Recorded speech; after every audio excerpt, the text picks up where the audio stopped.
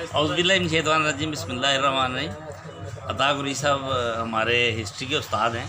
92-3 में हमने इनसे पढ़ा है और हमारे वालदैन की जगह पे हम बहुत रिस्पेक्ट करते हैं। और अता साहब जहाँ भी मौजूद होते हैं ना, बाकी पूरा अमला ये महसूस करता है कि अम्ब्रेला हमारे ऊपर है। कोई पंगा करता है, कोई लोफर लफंडर उस वक्त भी आता था तो अता गुरी से लड़ पड़ते थे उसके साथ, पीछे मुड़ के नहीं देखते थे। और बाकी सारे इनकी शेल्टर में वो रहते थे।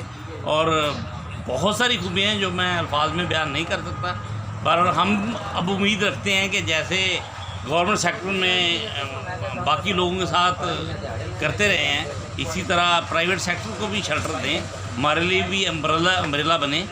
और हम बहुत सारी उम्मीदें लगाए हुए हैं। और जो कोई काम होता है अल्पाइन स्कूल में या कॉलेज में, वो हमारा जाते ही साल होता है और बड़े मान के साथ हम जाते हैं, फ़ोन करते हैं तब भी उसका रिस्पांस मिलता है। खुद जाते हैं, बहुत रिस्पेक्ट मिलती है, ऐसे लगता है कि हम अपने ही इदारे में आए।